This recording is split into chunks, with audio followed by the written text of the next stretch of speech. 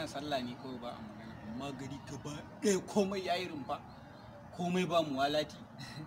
Ai nake gaya ma tun da aka yi hutun school dama ana ake samu a ɗan rage in ɗan bayan. Gaba ɗaya yau sati ɗaya kaga 30 ce ta rage. Halin da musulmai suke tashiya ya tabbata sun manta waye isa. Kamar da mutane suke canjawa ya tabbata sun manta waye suma. Sunan da yawanci muke amsawa ya tabbata mu.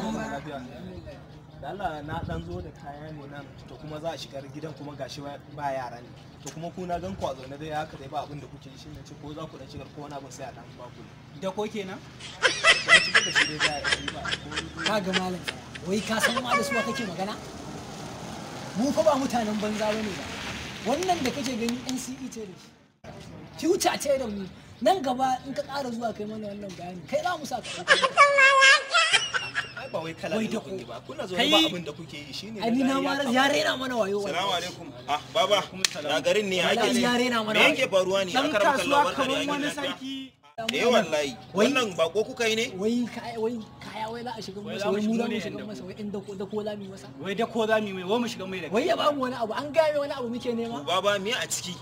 Me dan kun dan shigan da kaya ba ku wani abu to me ake a kasuwa ai duk da kun ce kaga. Ni sai mu je in sa mai kaya. Ah ba ya Baba wani. dama akwai abin da nake so in Kai ga. za ka daume kaya. Akwai abin da nake so in ga muku baba wannan zaman da ake yi. Kaga mu ma mun yi karatun nan amma haka muke zuwa kasuwan nan da kon fa muke yi. Ba ga in ka ganna a haka in na je na kwabe ba za ka ce ni bane ba. Baba dole sai an nemi sana'a.